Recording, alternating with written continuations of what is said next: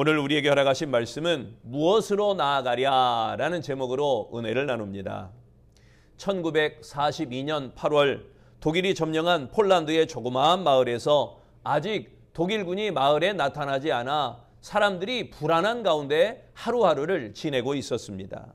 그런데 드디어 독일군이 폴란드의 그 작은 마을에 나타났습니다.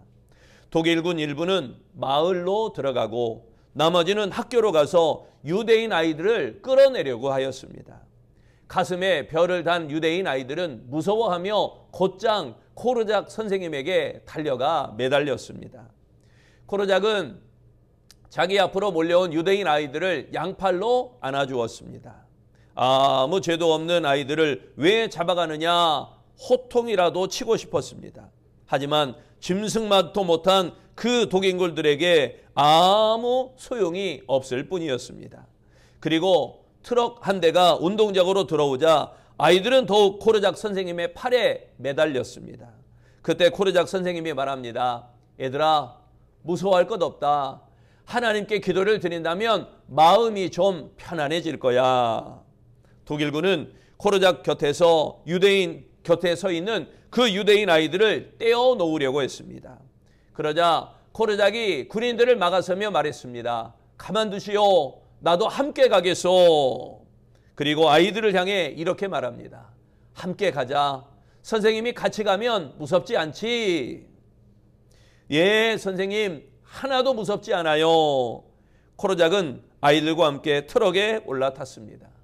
이 광경을 지켜본 독일군이 그를 끌어내리려고 하자 어떻게 내가 가르치는 사랑하는 아이들만 죽음으로 내몰 수 있단 말이요. 이렇게 말하였다고 합니다.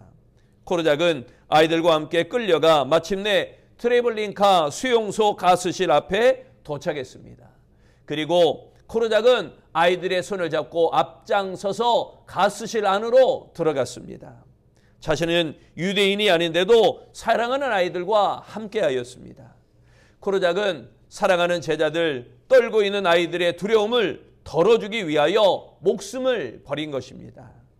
그 이후 유대인들은 히틀러에게 학살된 동족을 기념하기 위하여 예루살렘에 야드바셈 박물관을 세웠습니다. 박물관 밖에는 두려움에 떨고 있는 아이들을 두 팔로 안고 있는 야누스 코르작의 조각상이 세워져 있습니다. 다른 이들의 생명을 내 생명처럼 소중히 여기는 마음을 가진 이 코르작의 죽음의 수용소에서 있었던 일, 이 유대인의 아이들을 품었던 이러한 일들, 여러분, 그 아이들은 영문도 모른 채 들어가야만 했던 그 수용소를 향하여 코르작은 그들과 함께 걸어갔습니다. 그리고 그들과 함께 죽었습니다. 코르작은 죽었지만 그를 기억하고 존경하는 사람들의 마음속에 영원한 스승으로 남아 있습니다. 우리가 봉독한 고린도전서 4장, 바울은 이 고린도전서 4장에서 교회를 혼란에 빠뜨린 분쟁을 극복하고 겸손한 하나님의 일꾼이 되기를 권면하고 있습니다. 바울은 고린도 교인들을 향한 나는 세상에서 가장 행복한 사람이다 라고 고백하라고 찬송하라고 권면하고 있습니다.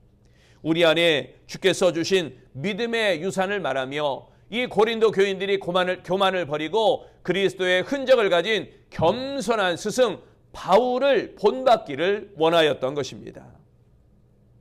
바울의 마음, 그 바울의 행동은 예수 그리스도를 닮은 모습이었습니다. 본문 21절 마지막 절에 말합니다. 너희가 무엇을 원하느냐? 내가 매를 가지고 너희에게 나아가랴. 사랑과 온유한 마음으로 나아가랴. 바울은 고린도 교인들을 온유하게 대할 준비가 되어 있었습니다. 그리고 엄하게 대할 준비도 되어 있었습니다. 무엇으로 나아가랴? 바울은 고린도 교인들을 바로잡고자 하는 스승의 아주 엄격한 모습을 보여주었습니다. 바울은 그들이 원하는 것이 무엇인지 묻고 있습니다. 바울은 그들이 하나님의 말씀에 순종하는 마음으로 질문하였던 것입니다. 무엇으로 나아가랴? 여러분, 그렇다면 우리는 무엇으로 나아가야 될까요? 첫째, 자녀같이 사랑해야 합니다. 미국의 기독교 복음주의자 칼빈주의를 중심으로 복음주의적 사역을 하는 폴 워셔 목사는 자신의 구원 경험을 이렇게 간증하였습니다. 내가 자라는 동안 많은 교회학교 선생님의 가르침을 받았습니다. 그런데 오직 한 분만이 나의 기억 속에 두드러지게 남아 있습니다. 해병대 출신으로 몸집이 크고 얼굴이 붉었던 그분은 아마도 좋은 교수 방법이나 규칙은 하나도 따르지 않았던 것 같습니다. 내가 그에게서 가장 기억하는 것은 그가 우리들을 매우 사랑하였다는 것입니다. 수업이 끝날 때마다 무릎을 꿇고 하나님께 기도하자면서 항상 그 큰 팔로 우리를 끌어 안으셨습니다. 그리고 한 사람씩 이름을 불려가며 기도해 주었습니다. 그 중에 나를 포함하여 7명이 목회자가 되었습니다. 제자들이 교회학교 선생님의 본을 닮아 무려 7명이 아마 그 반 전체가 목회자가 되었던 것입니다. 폴 워셔 목사의 스승은 단순히 가르치는 선생님에 그치지 않고 학생들을 사랑으로 품어주는 아버지의 마음을 보여주었던 것입니다. 본문 14절을 보면요, 내가 너희를 부끄럽게 하려고 이것을 쓰는 것이 아니라 오직 너희를 내 사랑하는 자녀같이 권하려 하는 것이라. 여기 사랑하는 자녀같이, 이 말씀은 아버지가 자녀를 사랑으로 대하는 태도를 의미하고 있습니다. 바울은 아버지가 자녀에게 권하듯이 사랑하는 마음으로 고린도 교인들을 가르쳤습니다. 고린도 교인들을 향한 한없는 사랑을 드러내 보여주었습니다. 진정한 훈계와 진정한 책망은 사랑하는 마음, 그 사랑하는 마음이 전제되어 있어야 됩니다. 말씀의 회초리를 드는 목적은 상대를 아프게 하고 부끄럽게 하는 데 있는 게 아니라 사랑으로 품고 진리로 인도하는 데 그 말씀의 회초리가 있는 것입니다.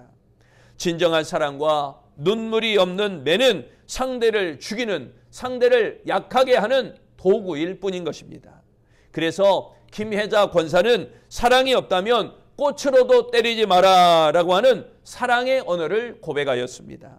하지만 사랑이 담긴 매는 생명을 살리는 따뜻한 손길입니다. 그러므로 자녀를 향한 아버지의 사랑으로 복음을 전하는 우리 아름다운 성도 되시기를 축원합니다. 두 번째, 무엇으로 나아가랴? 우리는 무엇으로 나아가야 될까요? 복음으로 양육해야 됩니다. 한 소년이 역사에 훌륭한 업적을 남기고 싶었습니다. 그리고 교회학교 선생님에게 그 비결을 물었습니다. 훌륭한 사람이 되려면 어떤 일부터 해야 됩니까? 그러자 선생님은 소년에게 친절히 설명해 주었습니다.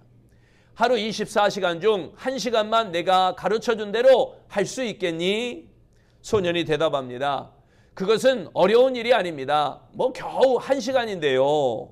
그때 선생님이 소년에게 말했습니다. 하루에 15분씩 기도하고 15분씩 성경을 묵상하여라. 15분씩 다른 사람에게 하나님에 관하여 이야기하고 15분씩 사랑을 실천하여라. 그러면 인생의 밝은 빛이 보일 것이다. 소년은 그때부터 복음에 대한 이 교훈을 행동으로 옮겼습니다. 그리고 전 세계를 누비는 훌륭한 인물이 되었습니다. 그가 바로 세계적 부흥사가 된 빌리 선데이라고 하는 인물입니다. 그는 1910년 이후 수년 동안 작은 마을들에서 순회 설교를 했습니다. 작은 고장의 집회에서는 200명 또는 300명이, 더 큰 고장에서는 수천 명이 나와 그리스도를 영접하였습니다. 빌리 선데이가 복음을 전할 때 많은 부도덕한 술집과 선술집들이 문을 닫게 되었습니다. 집회가 끝난 뒤에도 영적 열매가 증거로 남게 된 것입니다. 특히 1917년 4월 4일부터 6월 19일까지 11주간의 집회에 약 10만여 명의 예수 그리스도를 영접하였다고 합니다. 본문 15절의 말씀에요. 그리스도 안에서 1만 스승이 있으되 아버지는 많지 아니하니 그리스도가 예수 안에서 내가 복음으로써 너희를 낳았음이라. 여기에 복음으로써 낳았음이라. 이 말씀은 복음으로 거듭난 자녀가 되게 하다라는 의미입니다. 바울은 고린도 교인들에게 자녀를 낳은 아버지의 심정으로 복음을 전하였습니다. 고린도 교인들에게 바울은 믿음의 아버지였습니다. 바울은 고린도 교회는 예수 안에서 복음을 통하여 세워졌다라는 확신으로 이야기하였습니다. 바울은 고린도 교인들에게 처음으로 복음을 전하고 복음으로 양육하여 성장시켰습니다. 그래서 자신을 복음의 아버지다 이렇게 표현하고 있는 것입니다. 그리스도인이 된다는 건 단지 교회에 출석하는 교인을 두고 하는 말이 아닙니다. 그리스도인이 된다는 건 물과 성령으로 거듭난 것을 의미합니다. 천국 시민으로 태어나는 것을 의미하는 것입니다. 말씀을 단지 머리로만 아는 것이 아니라 온몸을 다해 따르며 그리스도의 형상으로 성장하는 것, 이게 바로 그리스도인입니다. 따라서 하나님의 나라를 전하며 예수님의 사랑을 전하며 성령으로 거듭남을 전하는 전도자들은 반드시 명심해야 됩니다. 복음으로 한 생명을 낳는 해산의 고통을 함께 양육을 위한 눈물과 수고가 있어야 될 줄로 믿습니다. 세 번째, 무엇으로 나아가랴? 우리는 무엇으로 나아가야 될까요? 능력으로 가르쳐야 됩니다. 보지도 듣지도 말하지도 못하는 삼중장애의 헬렌 켈러는 7살이 되던 1887년 3월 3일 선생님 앤 설리반을 만나게 되었습니다. 헬렌 켈러가 설리반을 만나기 전에는 짐승처럼 난폭했다고 그러죠. 그러나 설리반은 믿음의 능력으로 가르치며 헬렌 켈러는 삼중고를 이기고 빅토리아 여왕에게 훈장까지 받게 되는 그런 영예를 누리게 됩니다. 그러나 헬렌 켈러를 가르쳤던 설리반 역시 삼중고 이상의 불행한 과거가 있었다고 합니다. 설리반은 가정에 가난한 집에서 태어났으며 어머니가 어릴 때 돌아가셨고 아버지는 알코올 중독자였습니다. 그리고 2번이나 자살을 기도하였고 안질이 심하에 맹인이 되었다가 개안 수술로 겨우 눈을 뜨게 되었습니다. 이후 설리반은 보스턴 정신병원에 입원하였을 때 간호사의 지극한 사랑으로 치료받던 중 바바라 목사님을 통하여 복음을 듣게 됩니다. 그 후 불행한 이웃을 위해 살아갈 것을 결심하였고 자원하여 헬렌 켈러를 48년간 돌보았습니다. 한 사람의 생애는 누구를 만나느냐에 따라서 달라집니다. 좋은 선생님은 머리와 말로 가르치는 것이 아니라 능력으로 가르칩니다. 영혼에 대한 사랑의 능력이 있어야 하는 것입니다. 하나님은 그러한 능력의 전도자를 기뻐하십니다.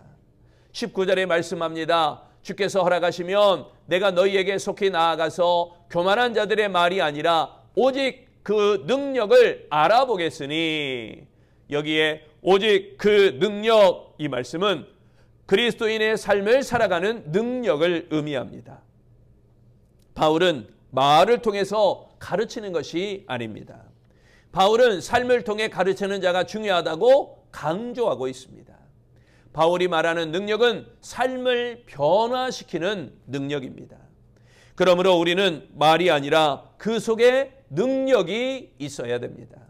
그런 능력이 있는 우리 아름다운 성도 되시기를 축원합니다. 19절에서 바울이 지적하는 내용을 지금의 언어로 표현하면 아마 이럴 것입니다. 교만한 자들은 탁월한 달변가는 될 수 있을지 모르나 능력을 지니지 못한 자들입니다. 경건한 모양은 있으나 경건의 능력은 없는 자들입니다. 여러분, 하나님의 나라는 말로 전달되어지지만 생활 속의 변화를 일으키는 능력으로 완성되어야 한다라는 전체적인 의미입니다. 그러므로 우리가 복음을 가르칠 때 복음 언어와 함께 성령의 능력을 통하여 하나님의 나라를 증거하는 우리 아름다운 성도가 되시기를 축원합니다. 18세기에 한 소년이 농부였던 아버지를 따라 자신도 농부가 되려고 하였습니다. 그런데 소년은 마을의 모든 농기구나 또는 트랙터나 방앗간이나 발동기를 고치는 기능사를 보고 난 후 엔지니어가 되고 싶었습니다. 그 후 변호사 사무실을 찾아서 변호사를 보고 이 소년은 변호사가 되고 싶었습니다. 또 어머니가 아파서 병원에 갔을 때 어머니를 치료하는 의사를 보고 소녀는 의사가 되고 싶었습니다. 교회에서 설교를 듣던 소녀는 목사가 되고 싶었습니다. 그래서 기도했습니다. 하나님, 저는 무엇이 되어야 합니까? 그러자 기도하는 소년에게 하나님께서 말씀하십니다. 너는 모두가 되고 싶으냐?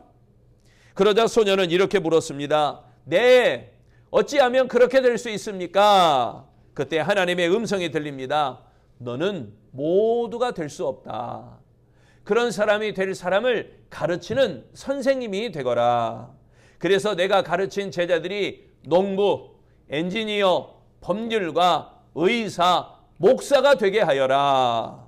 그리하면 너는 모두가 될 수 있다. 그 소녀는 훌륭한 선생님이 되었습니다. 그는 바로 계몽주의 교육가 장자크 루소라고 하는 인물입니다. 그는 이생의 시대를 끝맺고 낭만주의를 탄생시켰으며 그의 개혁 사상은 부모의 교육 방식에도 많은 변화를 일으켰습니다. 고린도 교인들은 복음으로 거듭난 자녀임에도 세상을 닮은 모습으로 살면서 바울의 마음을 아프게 하였습니다. 오늘 우리의 모습은 어떻습니까? 하나님의 자녀이면서 때론 세상을 따라가므로 하나님의 회초리를 자초하지는 않습니까? 우리의 모습을 진지하게 돌아보아야 됩니다. 세상의 옷을 벗고 그리스도의 옷을 입어 하나님 자녀됨을 회복하는 일에 온 힘을 다해야 됩니다. 그 회복을 위하여, 그 부흥을 위하여, 그 구원을 위하여 복음으로 가르치시기를 바랍니다. 누구에게요? 우리 자녀들에게. 누구에게요? 우리 이웃에게. 누구에게요? 불신자들에게 복음으로 가르쳐야 됩니다. 사랑하는 성도 여러분, 바울은 매를 가지고 나아가기보다 사랑과 온유함으로 나아갈 것이라고 말하고 있습니다. 사랑과 헌신으로 다가갈 때 상대를 감동하게 할 수 있으며 그때 비로소 양육되고 전도되어집니다. 그러기에 우리는 무엇으로 나아가야 될까요? 내 자녀같이 아끼는 아버지의 사랑으로 나아가야 됩니다. 복음으로 나았으니 눈물과 수고로 양육해야 됩니다. 말이 아니라 하나님의 능력으로 가르쳐야 됩니다. 여러모로 모든 믿는 자들과 특히 우리 자녀들에게 본이 되어질 만한 우리 아름다운 성도, 복음으로 말미암아 사랑과 수고와 능력으로 나아가는 우리 아름다운 성도 되어지시기를 축원합니다. 기도하겠습니다. 좋으신 하나님, 바울이 고린도 교인들에게 삶의 본이 되어졌던 것처럼 우리 아름다운 성도들도 삶의 본이 되어지는 아름다운 그리스도인이 되게 하옵소서. 우리가 본이 되어 모든 믿지 않는 자에게 믿음의 근간을 이루게 하시고 그들의 아름다운 시발점이 되게 하시며 그들의 감동이 이루어질 만한 아름다운 신앙생활을 이어가도록 축복하여 주옵소서.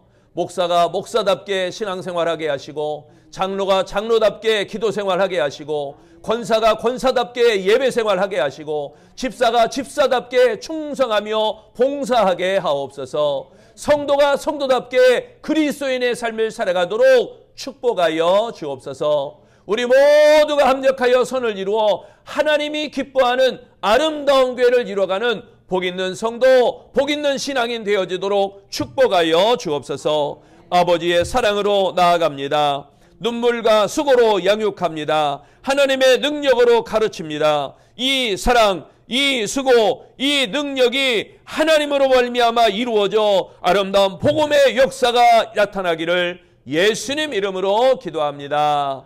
아멘.